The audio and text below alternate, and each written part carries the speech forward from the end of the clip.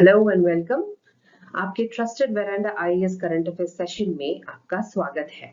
यहाँ पे हम हर न्यूज को यूपीएससी के लेंस से जानने की कोशिश करेंगे। मैं हूँ Supriya and we will be decoding few of the headlines that made space in the newspaper today and that will be highly relevant for our UPSC preparation. आज के सेशन में ना हम लोग पहले बात करेंगे एक ऐसे टॉपिक की जो बात करता है फॉरेन पॉलिसी, मल्टीपोलैरिटी और इंडिया के स्ट्रेटेजिक विजन को समझने की। फिर आते हैं हमारे सेकेंड पॉइंट में जो बात करता है कि कैसे इंडिया के फ्लोरा एंड फौना में 1000 से भी ज्यादा स्पीशीज ऐड किए गए हैं। अभी ये मुद्दा सिर्फ इकोलॉजी का नहीं होगा, ये अब होगा कंजर्वेशन का, climate diplomacy and national responsibility का। When it comes to the third point, we are going to talk about GI tag के बारे में। अब ये क्वेश्चन जो है हमारा बहुत इंपॉर्टेंट हो जाता है। हम यहाँ पे बात करेंगे आर्ट की, आइडेंटिटी की, एक बहुत ही फ्यूजन सा डिस्कशन होगा यहाँ पे। फोर्थ टॉपिक है हमारा जहाँ पे आरबीआई गवर्नर ने ये वार्निंग दिया है कि ये जो वेदर इवेंट्स हो रहे हैं उसके चलते इंडिया के ग्रोथ रिस्क में जा सकती है। And then we'll talk about the very important and interesting topic of the Constitution of India, secular in the preamble. It's not just a word. अभी एक आर्टिकल ऑफ फेथ है और इसमें थोड़ा सा हम और डिस्कस करेंगे what it is all about करके। अब यहाँ पे जो सारे आप टॉपिक्स देख रहे हो वो रेलेवेंट है जीएस पेपर 2 के लिए, इंटरनेशनल रिलेशन में काम आ सकते हैं। हम इकोनॉमी का जो होगा जीएस पेपर 3 के लिए रेलेवेंट हो जाएगा एंड जो प्रीलिम्स के लिए है ये जो बायोडाइवर्सिटी स्पीशीज के बारे में बात करेंगे, ये मुद्दा आपका प्रीलिम्स के लिए इंपॉर्टेंट हो जाता है। तो अभी हमें करना क्या है, when we are starting the session, तो आपको फोकस करना है और ताकि आपको मेंस और प्रीलिम्स दोनों की प्रिपरेशन में कोई कमी नहीं हो। And when you get the point of view of the articles and get the connecting dots of behind that to the basic concepts, आपको क्या हो जाएगा, एक बहुत ही होलिस्टिक अंडरस्टैंडिंग हो जाएगी हर इशू की। तो अगर ये न्यूज में कहीं आता भी है तो आपको समझ में आ जाएगा whenever you are reading the news. So let's start the session. हम देखते हैं कि आज का जो ग्लोबल ऑर्डर है वो एक चेस बोर्ड जैसे हो गया है। हमारा हर मूव बहुत ही अनप्रेडिक्टेबल होता जा रहा है। इंडिया का जो ट्रेडिशनल स्टैंड है ना वो स्ट्रेटेजिक ऑटोनॉमी और नॉन अलाइनमेंट की तरफ होता था। वो ऐसा क्यों करते थे, क्योंकि दुनिया शार्पली डिवाइड हो रही है। एक तरफ चाइना, रशिया का, ईरान का एक्सेस है और दूसरी तरफ यूएस, इसराइल एक्सेट्रा के ग्रुप्स है और बीच में हम खड़े हैं जहां पे एक बैलेंसिंग एक्ट की जरूरत है। मल्टी अलाइनमेंट डिप्लोमेसी बोल सकते हो आप ही। पर ये बैलेंस जो है वो बनाना इजी होगा क्या हमारे लिए, क्योंकि हमारे ये जो हमारे खुद के टेंशन जैसे इंडिया पाकिस्तान का टेंशन हो गया फ्यूल को लेकर, चाइना का मिलिट्री सपोर्ट पाकिस्तान को हमेशा से रहा ही है, तो that becomes a very pressurising point for us as well. West Asia में भी देखोगे आप तो ईरान इसराइल का confrontation constantly global oil markets को बहुत ही शेक करता रहता है और इंडिया तो हम हमेशा से एनीवेज डिपेंडेंट रहा है गल्फ इंपोर्ट्स पर। तो अभी यहाँ पे आपको चैलेंज क्या दिखाई दे रहा है कि हम स्ट्रेटेजिक क्लैरिटी मेंटेन कर पा रहे हैं या नहीं, ये हमारे पास एक चैलेंज है क्योंकि हमारी फॉरेन पॉलिसी डॉक्ट्रिन इतनी फ्लेक्सिबल नहीं है कि हम वो बहुत ही अनप्रेडिक्टेबल अलायंसेस को ये जो रैपिड शिफ्ट्स होते रहते हैं उनको ऑब्जॉर्व कर पाए। जैसे आप एग्जांपल की तरफ ले लीजिए, इंडिया के तरफ क्वाड का मेंबर है अटर साइड, उसके साथ जो जहाँ पे यूएस, जापान और ऑस्ट्रेलिया होते हैं, और दूसरी तरफ एससीओ का भी मेंबर है और ब्रिक्स का भी मेंबर है जहाँ पे चाइना एंड रशिया डोमिनेट करते हैं। तो ये जो अभी हमने देखा कि इंडिया की जो ग्रुपिंग है उसमें भी हम दोनों तरफ मौजूद है जहाँ पे अलग अलग नेशंस, अलग अलग ग्रुप डोमिनेट करते हैं। तो हमारे लिए ये एक टाइट रोप वॉक हो जाएगी, है ना। तो ऐसे सिचुएशन में अभी हमारे एग्जाम पॉइंट ऑफ व्यू से भी इसके रिलेवेंस क्या आ जाता है, जब पेपर 2 में या कोई जीएस पेपर 3 में ऐसे कोई सेक्शन में क्वेश्चन आ जाता है कि इंडिया का जो स्ट्रेटेजिक ऑटोनॉमी है ये मल्टीपोलर वर्ल्ड में वो कैसे इनहांस होगी या उसको कैसे टैकल करे एक बैलेंस्ड अप्रोच के साथ। तो आप इसको ये पॉइंट्स मेंशन कर सकते हैं कैसे ये जो दोनों ग्रुप में हम फंसे हुए हैं, दोनों तरफ बैलेंस बनाना कितना जरूरी है। You can write this points यहाँ पे आंसर में आपके। आज की जो फॉरेन पॉलिसी है ना, उसको समझने के लिए जरूरी है कि हम उसके रूट्स को समझें। और यहाँ की शुरुआत कहाँ से हुई थी फॉरेन पॉलिसी की? नॉन अलाइनमेंट मूवमेंट से। एक ऐसी पॉलिसी जो कोल्ड वॉर के दौरान भी ना इंडिया को इंडिपेंडेंट स्टांस लेने देती थी। नॉन अलाइनमेंट पॉलिसी क्या थी? वैसे इंडिया ने किसी मिलिट्री ब्लॉक का हिस्सा बनने से इनकार कर दिया, चाहे वो यूएसए हो, यूएसएसआर हो, एक्सेट्रा। तो जवाहरलाल नेहरू जी ने क्या किया, इस आइडियोलॉजी को प्रमोट किया। उसके साथ India will decide it's foreign policy purely based on national interest, ऐसा बोल दिया उन्होंने। अब इसके फायदे क्या थे उस टाइम पे कि इंडिया ने डाइवर्स नेशन के साथ टाइज बनाए, यूएसएसआर के साथ डिफेंस का टाइज बनाया, यूएस के साथ ट्रेड बनाई। लेकिन यहाँ पे दिक्कत भी आई। दिक्कत ये थी जब मिलिट्री थ्रेट हुआ या कोई क्राइसिस आया तो इंडिया अकेले पड़ गया था। अब बात करते हैं वेस्ट एशिया पॉलिसी की। एक और एग्जाम्पल है जहां ने इंडिया को स्ट्रेटेजिक बैलेंसिंग की एक उन्होंने झलक दिखाई। अब जो आप ये इजराइल के साथ ही डिप्लोमेटिक रिलेशंस बनाए हुए देखे आपने, स्पेशली डिफेंस और टेक में। साथ ही साथ ईरान के साथ और बाकी अरब नेशंस के साथ टाइज मेंटेन किए for oil imports and diaspora safety. अब ये बैलेंसिंग एक्ट इंडिया की आइडेंटिटी बन गया है फॉरेन पॉलिसी में, जहां हम हर रिलेशन को मैनेज कर रहे हैं बेस्ड ऑन द इंटरेस्ट, कोई आइडियोलॉजी को प्रमोट नहीं कर रहे हैं। और फाइनली अगर बात चाइना और पाकिस्तान एक्सेस की हो, तो हमेशा से इंडिया के लिए जो है ये जियोपॉलिटिकल हेडेक ही रहा है हमेशा। उनका मिलिट्री और न्यूक्लियर कोऑपरेशन डायरेक्टली इंडिया के नेशनल सिक्योरिटी को इम्पैक्ट करता है। तो this is what the article talks about. यहाँ पे हम इसको ऐसे समझने की कोशिश करते हैं कि जो इंडिया की स्ट्रेटेजिक ऑटोनॉमी है, considering China and Pakistan access, हम कैसे उसको मेंटेन करेंगे। इंडिया ने जो है आप देखना हमेशा ऑटोनॉमी रखी है, बट वर्ल्ड के चेंजिंग इक्वेशन ने हर स्टेज पे उस पॉलिसी को हमेशा से टेस्ट किया है। अब हम बात करते हैं कुछ उन बेसिक कॉन्सेप्ट्स की जो आजकल के इंटरनेशनल रिलेशन को समझने के लिए काफी जरूरी होते हैं। और ये कॉन्सेप्ट्स ना सिर्फ थ्योरी के लिए इंपॉर्टेंट नहीं है, आप अंडरस्टैंड कीजिए, ये यूपीएससी मेंस के आंसर राइटिंग में या प्रीलिम्स के क्वेश्चन में भी आपको डायरेक्टली पूछे जाते हैं। तो will try and understand the concepts.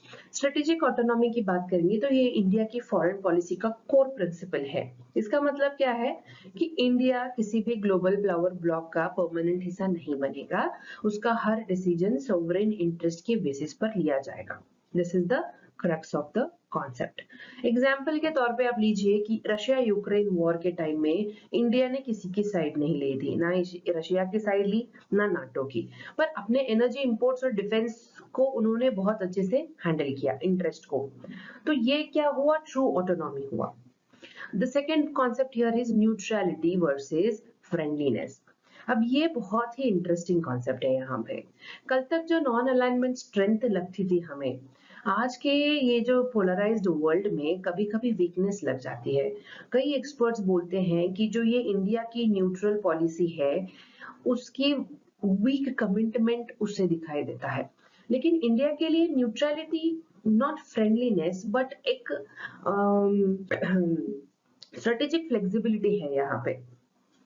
If you talk about maximum leverage doctrine, ये बहुत ही अच्छा और इम्पोर्टेंट टॉपिक है, पाकिस्तान के आर्मी डॉक्ट्रिन से रिलेटेड है।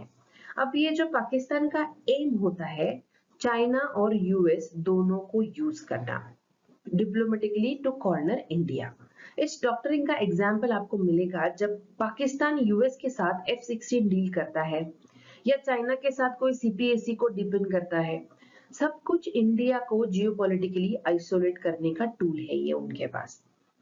अभी हमने समझा ये तीनों कॉन्सेप्ट्स GS2 के इंटरनेशनल रिलेशन के थीम में बहुत इंपॉर्टेंट होते हैं।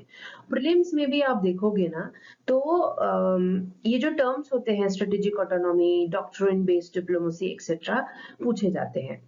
अगर डायरेक्टली भी नहीं पूछेंगे कि इसका मतलब क्या है तो उससे रिलेटेड क्वेश्चन पूछेंगे। तो अगर आपको कॉन्सेप्ट समझ में आएंगे तो आपको क्वेश्चन अच्छे से समझ में आएगा। तो लेट्स ट्राई एंड अंडरस्टैंड कि ये जो पूरा जियोपॉलिटिकल चर्न है इंडिया के लिए क्या सिग्नल करता है आज के कॉन्टेक्स्ट में, और आगे हमें ये क्या रीथिंक करने पे मजबूर करता है।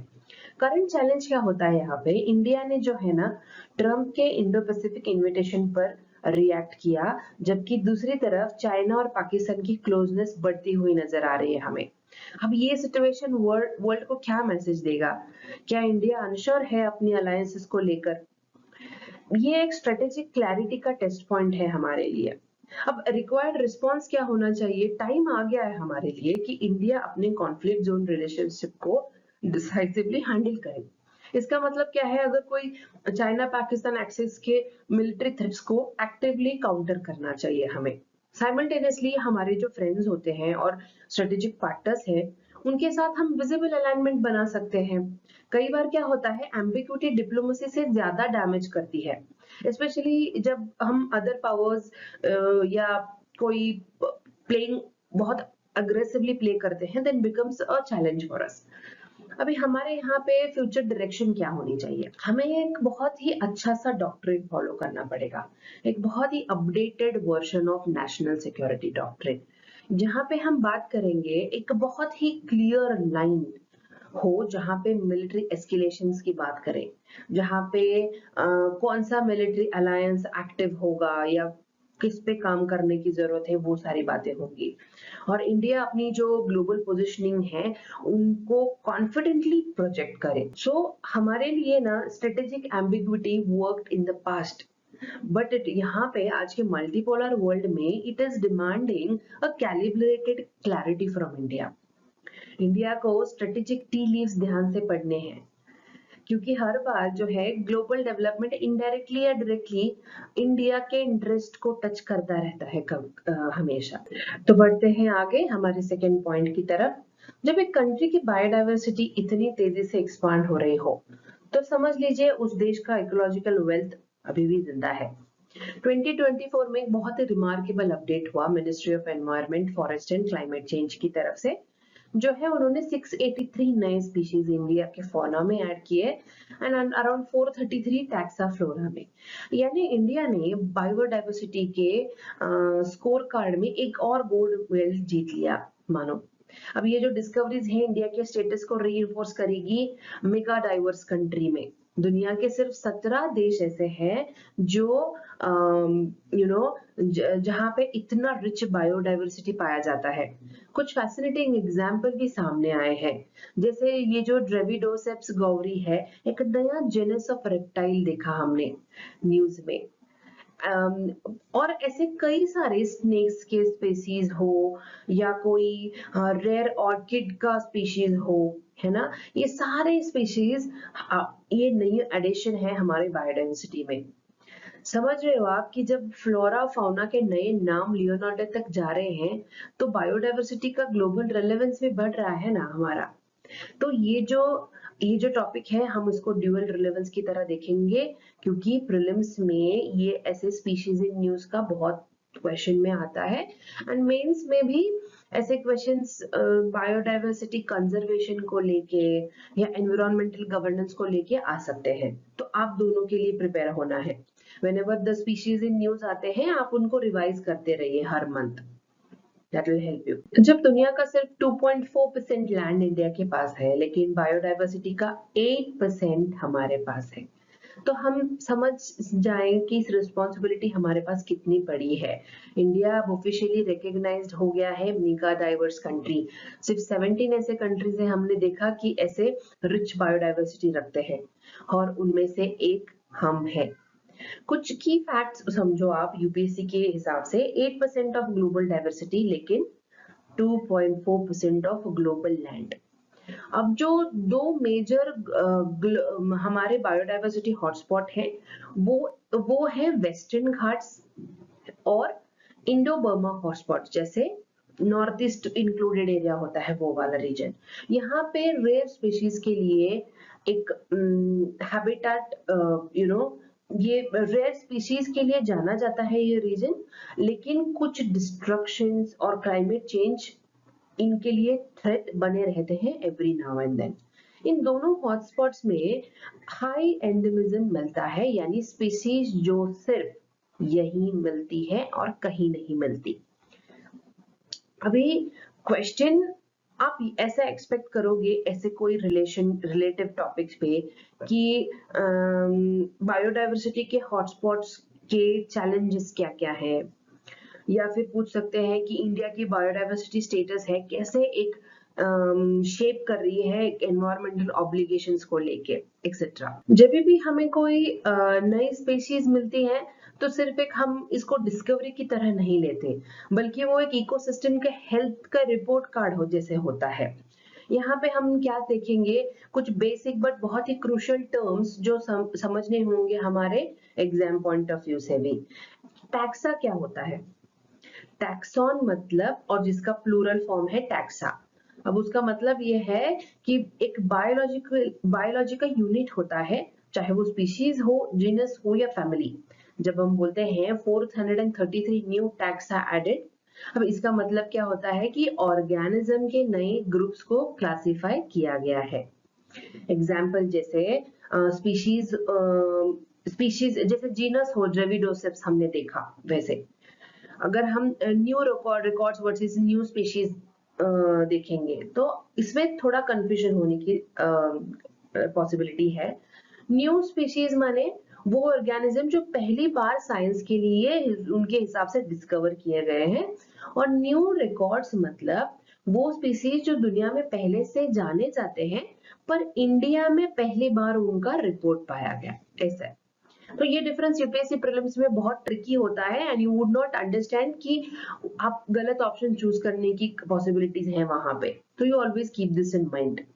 एंडेमिक स्पेशीज क्या होते हैं? वो स्पेशीज होते हैं जो सिर्फ एक स्पेसिफिक रीजन में पाए जाते हैं, जैसे कि वेस्टर्न घाट का जो फ्रॉग स्पीशीज है, फॉर एग्जांपल नॉर्थ ईस्ट के जो ऑर्किड्स हैं, वैसे हम बात कर रहे हैं, उसको एंडेमिक स्पीशीज बोलते हैं।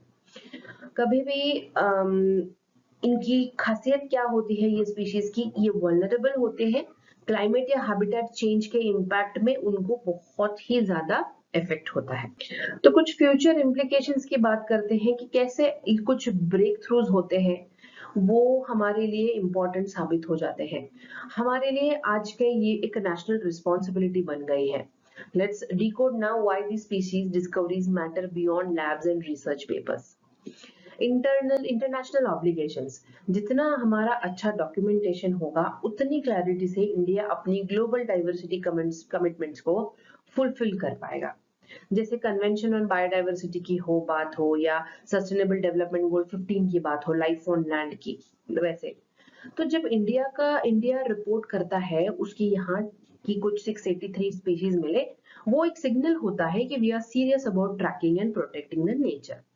एनहांस्ड प्रोटेक्शन की बात करेंगे तो ये डिस्कवरीज हमें रिमाइंड करती है कि कैसे इकोसिस्टम में थ्रेट्स भी मौजूद है, चाहे वो वेस्टर्न घाट्स हो, नॉर्थ ईस्ट फॉरेस्ट हो या माइनिंग इम्पैक्टेड जोन्स हो। यहाँ टारगेटेड एक्शन बहुत जरूरी होता है कि कुछ अगर डिफॉरेस्टेशन कंट्रोल करना होगा, अर्बनाइजेशन को लिमिट करना होगा एंड माइनिंग जैसे एक्टिविटीज को हमें कंट्रोल में लाना होगा। सस्टेनेबल डेवलपमेंट की जो हम हमेशा बात करते हैं, जब लोकल एरिया में ऐसे कुछ नए स्पीशीज मिलते हैं वहां eco tourism, community conservation etcetera के प्रोजेक्ट्स को हमें प्रमोट करना होगा। एग्जाम्पल जो हॉर्नबिल फेस्टिवल होता है नागालैंड में, वैसे models where biodiversity meets economy, we can promote such kind of projects. When we talk about the fourth point यहाँ पे, एजुकेशन एंड रिसर्च, ये डिस्कवरी डिमांड करती है हमेशा more taxonomy training, investment in biosystematics and digital biodiversity के repositories, जहाँ पे हम पूरे नॉलेज को सिस्टमेटिकली आर्काइव कर सके। अब टैक्सोनॉमी क्या है कि it is not an academic luxury, it is the foundation of conservation policy. सोचिए कि अगर हम उसमें स्ट्रॉन्ग रहेंगे तो जो भी पॉलिसी आगे हम जो इंसान बनाएंगे, they will be having a very holistic approach towards making the policies. तो बढ़ते हैं आगे हमारे नेक्स्ट टॉपिक की तरफ। जहाँ पे हम जीआई टैग के कुछ डिस्कशंस के बारे में बात करेंगे। ये आर्टिकल क्या है उसको जानने की कोशिश करते हैं। आप सोचिए कि किसी ने बनारसी साड़ी बना दी और फिर इटली में उसका फैशन शो में यूज हुआ और हमारा नाम ही नहीं आया उसमें, तो कितना बिट्रेड फील होगा, है ना। तो एग्जैक्टली यही हुआ कोल्हापुरी चप्पल के केस में। ये कंट्रोवर्सी एक बड़ा सवाल उठाती है यहाँ पे। क्या जीआई टैग कल्चरल मिसअप्रोप्रिएशन को रोक सकता है? इसका बैकग्राउंड अंडरस्टैंड करते हैं हम पहले। जो मिलान फैशन वीक हुआ था उसके दौरान लग्जरी ब्रांड जो है प्राडा ने एक फुटवेयर डिजाइन लॉन्च की, जहां पे वो क्लियरली इंस्पायर्ड थे ट्रेडिशनली कोल्हापुरी चप्पल को लेकर। अब ये वही कोल्हापुरी चप्पल है जिसको इंडिया ने ऑलरेडी जीआई टैग दिया हुआ है।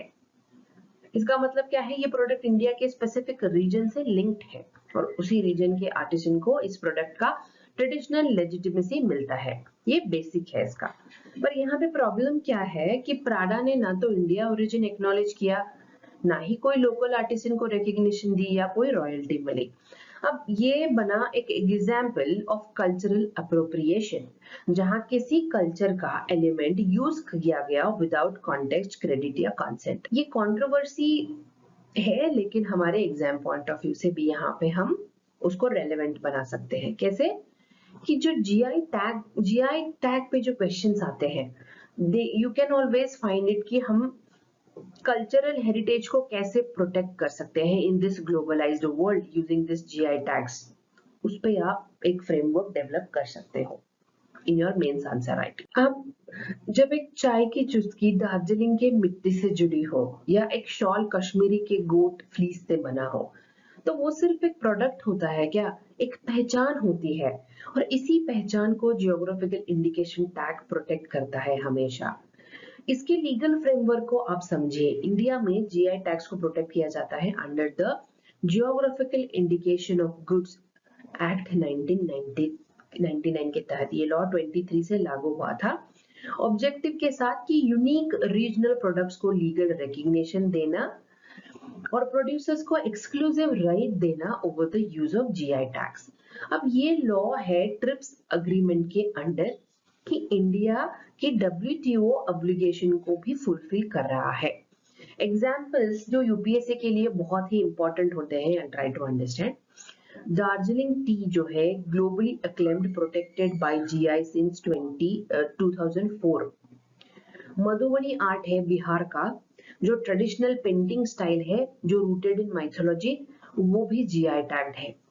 और है pashmina from JK, Jammu and Kashmir, crafted from एक गोट के वूल से, जो कल्चरल क्राफ्टमैनशिप का सिंबल है। अब ये जो जीआई टैग है इन सबको बनाता है बहुत ही लीगली रिकग्नाइज्ड इंटेलेक्चुअल प्रॉपर्टी। तो ये इंटेलेक्चुअल प्रॉपर्टी, आईपीआर, ये सारे टॉपिक जो होते हैं बहुत ही यूपीएससी के फेवरेट होते हैं, तो इससे हमें थोड़ा सा प्रॉपर अंडरस्टैंडिंग के साथ उसको सीखना पड़ेगा। तो ये जो हम जीआई टैग्स की बात करते हैं, उसको एक्चुअली मिलता कैसे है वो, ये सारे हम विल ट्राई एंड अंडरस्टैंड कि उसके पीछे का प्रोसेस क्या होता है। अब जीआई टैग्स मिलना आसान नहीं होता, लेकिन उसको दुनिया भर में एनफोर्स करना, वो कहानी बहुत ट्रिकी है। यहाँ पे हम ट्राई एंड अंडरस्टैंड करेंगे कि कैसे एग्जैक्टली इसको ही समझने की कोशिश करते हैं एक्चुअली, कि ये ट्रिकी कैसे है। अब क्यों प्राडा जैसे केस होते हैं despite having GI protection laws etcetera, will try and understand.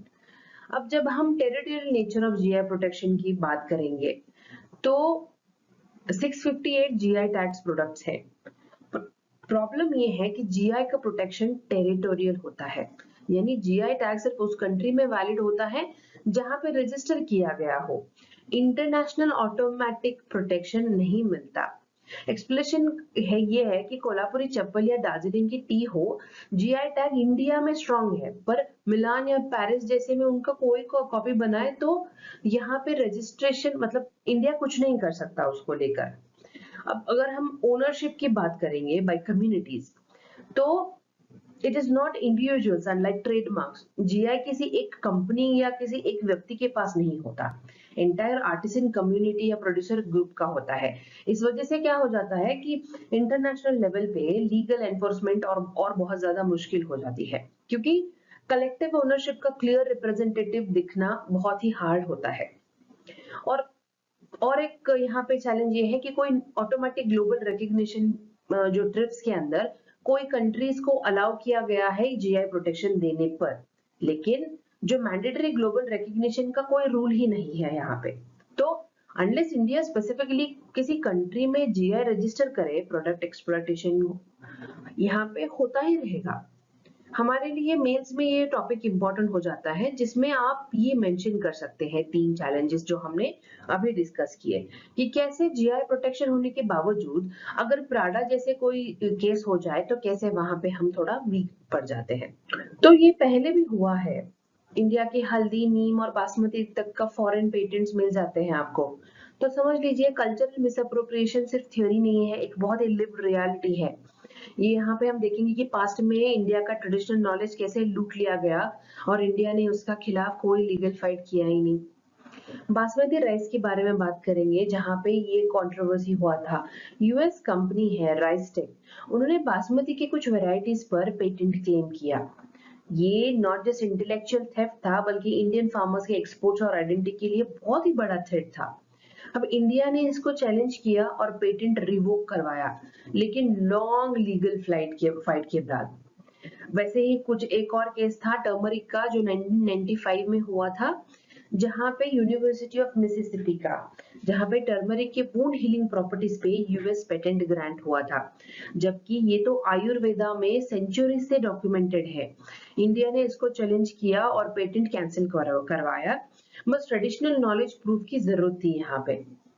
एक और था नीम का भी, यूएस फर्म ने नीम के एंटी फंगल प्रॉपर्टीज को पेटेंट कर लिया।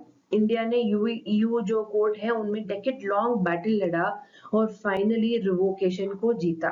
ये केसेस जो अभी हम देखें यहाँ पे, वो एक सिंबल बना कि इंडिया के बायोपॉलिसी के खिलाफ रेजिस्टेंस कैसे होती है। हमें जब भी हम सोचेंगे कि कैसे traditional knowledge needs digital documentation and proactive protection, not post facto legal battles, हमें पहले ही प्रिपेयर्ड होना होगा to avoid such kind of situations. अब हम जो हेरिटेज की बात करते हैं, कल्चर की बात करते हैं, उनको प्रिजर्व करना काफी नहीं है, प्रोटेक्ट भी करना पड़ेगा। और आज के जमाने में प्रोटेक्शन का मतलब है global digital proof with legal power. तो ये जो हम अपने जीआई इकोसिस्टम को कैसे फ्यूचर रेडी बना सकते हैं, will try and understand in this slide. जो मल्टीलैटरल अग्रीमेंट्स होते हैं, इंडिया को चाहिए कि वो परस्यू करे डब्ल्यूटीओ लेवल मल्टीलैटरल टॉक्स, यहाँ फिर कोई बायलैटरल ट्रेड ट्रीटी जिसमें हम म्यूचुअल जीआई रिकॉग्निशन क्लॉज को मेंशन करें। इससे होता क्या है कि अगर कोई इंडिया और ईयू के एक एग्रीमेंट में तो दार्जिलिंग ट्री जैसे प्रोडक्ट्स मौजूद है भी, तो वो प्रोटेक्टेड रहते हैं हमेशा। डिजिटल डॉक्यूमेंटेशन की जब हमने बात की, तो इंडिया का जो ट्रेडिशनल नॉलेज डिजिटल लाइब्रेरी है, एक वर्ल्ड क्लास इनिशिएटिव है वी कैन से। अब उसमें सिर्फ आयुर्वेदा नहीं, folk art, grass root weaving, traditions और ओरल हेरिटेज जो होता है, उनको भी हम डिजिटाइज कर सकते हैं। डिजिटल प्रूफ के साथ क्या होता है, बहुत ही स्ट्रॉन्ग इंटरनेशनल लीगल डिफेंस को हम हासिल कर सकते हैं। ग्लोबल जीआई डेटाबेस बनाना बहुत जरूरी है। सोचिए अगर एक ग्लोबल प्लेटफॉर्म हो जहां पे कोई भी वेरीफाई कर सकता है कि ये कोल्हापुरी चप्पल असली है या नकली, तब प्राडा जैसे मिस अप्रोप्रिएशन अवॉइड हो सकते हैं। इसलिए इंडिया को जो यूएन एजेंसीज के साथ मिलकर सर्चेबल जीआई डेटाबेस बनाना पड़ेगा। ये एक बहुत ही अच्छा सोल्यूशन है। कम्युनिटी एम्पावरमेंट की बात करेंगे तो आर्टिसन कम्युनिटी को सिर्फ जीआई टैग देना काफी नहीं होगा, उनको हमें लीगल लिटरेसी प्रोवाइड करनी पड़ेगी। आईपीआर जैसे बहुत ही कॉम्प्लेक्स टॉपिक को समझाने के लिए वर्कशॉप्स कंडक्ट करने पड़ेंगे, कुछ मार्केटिंग सपोर्ट देना पड़ेगा ताकि वो खुद अपने राइट्स को प्रोटेक्ट कर सके, चाहे वो ग्लोबली भी करें। Geographical indications must evolve from a legal tag to a global identity badge for India's cultural economy. तभी हम कुछ ये जो सारे सिचुएशंस हैं उनको अवॉइड कर पाएंगे इन फ्यूचर। तो let's move towards our third topic, जो आरबीआई यहाँ पे क्या बोल रहे हैं, आरबीआई के गवर्नर खुद बोल रहे हैं कि स्टॉर्म क्लाउड्स आर गैदरिंग। तो हमें उस बात को सिर्फ न्यूज समझकर नहीं छोड़ देना चाहिए। It's a wake up call for policy makers और हमारे एस्पायरेंट्स को भी। अभी यहाँ पे कॉन्टेक्स्ट क्या है कि आरबीआई ने जून 2025 का फाइनेंशियल स्टेबिलिटी रिपोर्ट जो है रिलीज किया है। तो और डिस्पाइट इंडिया के strong macro economic indicators, report में कुछ की वार्निंग साइंस हाईलाइट किए गए हैं। मेजर रिस्क जो हाईलाइट किए हैं उसमें से एक है एक्सटर्नल स्पिलओवर्स, जैसे global financial tightening like rising interest rates bye US, है ना। ऑनगोइंग जियोपॉलिटिकल टेंशन जो होते रहते हैं, जैसे रशिया, यूक्रेन, चाइना, ताइवान, इनको लेके इंडिया के ट्रेड पर बहुत ही डायरेक्टली इफेक्ट पड़ रहा है। कोई भी वेदर रिलेटेड इवेंट्स हो, एल नीनो इफेक्ट एक्टिव है जिसका डायरेक्ट इम्पैक्ट हमारे मॉनसून के फेल्यूर को लेके होगा, जिसका इफेक्ट होगा एग्रीकल्चर प्रोड्यूसेस पे। और हमें पता है कि इंडिया की इकोनॉमी बहुत ही डीपली लिंक्ड है हमारे मॉनसून साइकिल से। जब भी हम राइजिंग एनपीएस की बात करते हैं तो वो भी एक बहुत ही बड़ा चैलेंज है हमारे सामने। बहुत ही अनसिक्योर्ड रिटेल लेंडिंग की बात करेंगे तो स्पेशली प्राइवेट सेक्टर्स में रिटेल क्रेडिट जो है बूम के चलते पर्सनल लोन डिफॉल्ट जो है बढ़ने लगे हैं। अब ये फ्यूचर में बैंकिंग हेल्थ और क्रेडिट डिसिप्लिन दोनों को डिसरप्ट करेगा। साथ ही में हम ये देखते हैं कि ये इंपॉर्टेंट हो जाएगा हमारे जीएस3 के सिलेबस में। हम इस आर्टिकल को ऐसे समझेंगे कि स्ट्रॉन्ग डोमेस्टिक फंडामेंटल्स जो होते हैं should not be blind to make India blind to external and climate linked risks that threaten the macro stability. So हमने देखा कि ये रियल कंसर्न गवर्नर जी हमें कैसे बताने की कोशिश कर रहे हैं। अब उस वार्निंग के पीछे कुछ बेसिक फाइनेंशियल कॉन्सेप्ट्स भी होते हैं जो हमें जरूरी है समझने के लिए एग्जाम पॉइंट ऑफ व्यू से भी। तो let's try and understand external spillovers माने क्या। एक ग्लोबल झटका, ये एक इकोनॉमिक डोमिनो इफेक्ट होता है। जैसे कि यूएस फेड अगर इंटरेस्ट रेट बढ़ाएगा तो इंडिया से कैपिटल आउटफ्लो होगा, और अगर चाइना स्लो डाउन होगा तो कमोडिटी प्राइसेस इंपैक्ट करेंगी और ऑयल प्राइसेस सर्जिस होंगे। इन्फ्लेशन इंडिया में बढ़ जाता है कुछ टॉप रीजन की वजह से। इसीलिए आरबीआई बोलता है भारत स्ट्रांग है पर इंसुलेटेड नहीं है। अनसिक्योर्ड रिटेल लोन्स की हमने बात की ना अभी, तो वो क्या है कि ये लोन्स बिना किसी कोलैटरल दिए जाते हैं। तो personal loans, credit cards, consumer durable financing etcetera.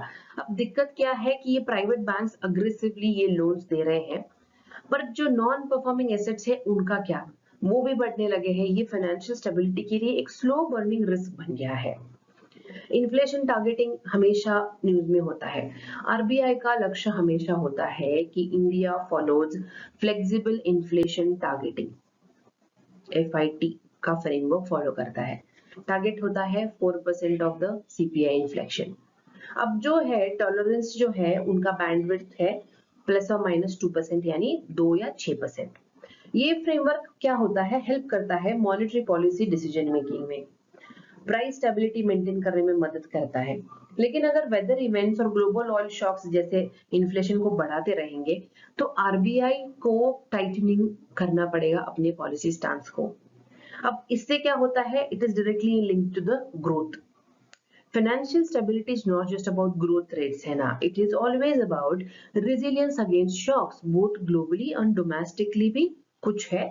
तो उसको हम कैसे हैंडल करते हैं उस पर डिपेंड करता है।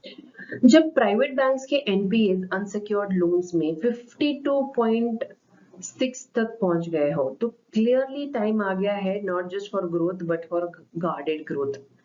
तो लेट्स ट्राई एंड अंडरस्टैंड कि how RBI is planning to response to this.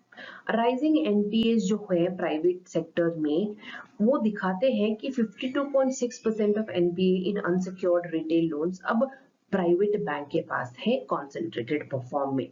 ये लोन्स फास्ट ग्रो किए गए पर रिस्क असेसमेंट उनकी बहुत वीक थी। Personal loans, credit cards, consumer durables जैसे असेट लाइट लेंडिंग के एग्जांपल्स हैं जहां पे रीपेमेंट ट्रैक करना बहुत ही मुश्किल हो जाता है। अगर ये ट्रेंड रिवर्स नहीं हुआ तो बैंकिंग क्राइसिस को ट्रिगर कर सकता है इन फ्यूचर। आरबीआई की जो फ्यूचर पॉलिसी डायरेक्शंस है, दे आर प्लानिंग कि आरबीआई चाहता है कि बैंक्स हाई रिस्क लेंडिंग पर प्रूडेंशियल नॉर्म्स टाइटन करें, यानी loan to income ratio, credit को स्कोर थ्रेशोल्ड जैसे पैरामीटर्स को रिव्यू करें। ग्लोबल विजिलेंस की भी बात करें तो आरबीआई ने कॉशन दिया है कि ग्लोबल इकोनॉमी असर्टेन हो रही है।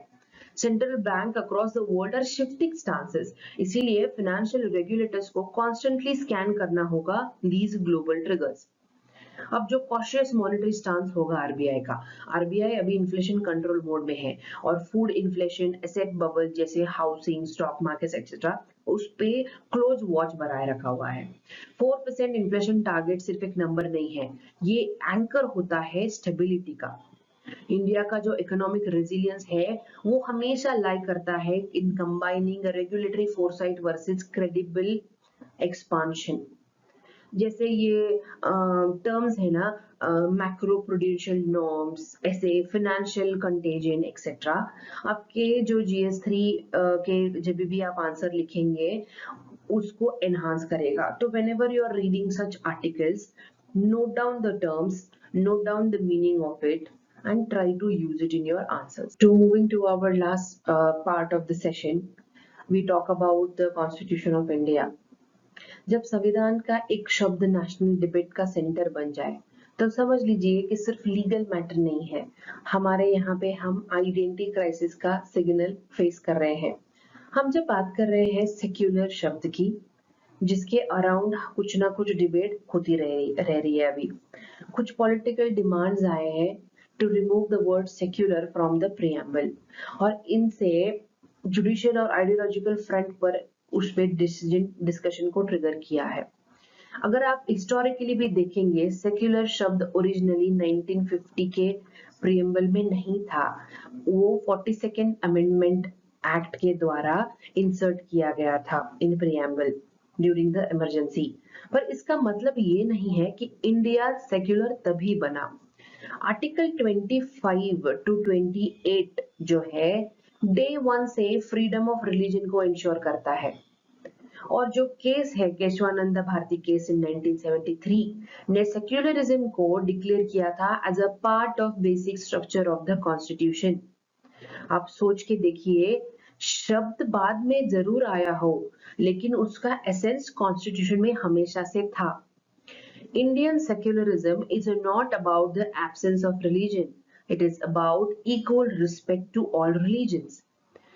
आप इस लाइन से इस आर्टिकल को समझने की कोशिश कीजिए तो you will be able to write a beautiful thought on secularism. बात करते हैं सेक्युलरिज्म के साथ दुनिया भर में यूज होने वाले शब्द हैं, है ना, लेकिन हर जगह इसका मीनिंग डिफरेंट होता है। स्पेशली इंडिया ने ही इस कॉन्सेप्ट को अपना कल्चरल लॉजिक के साथ इवॉल्व किया है हमेशा। So let's break it down and understand कि western versus Indian model of secularism क्या है। वेस्टर्न सेक्युलरिज्म यानी चर्च और स्टेट का कंप्लीट सेपरेशन।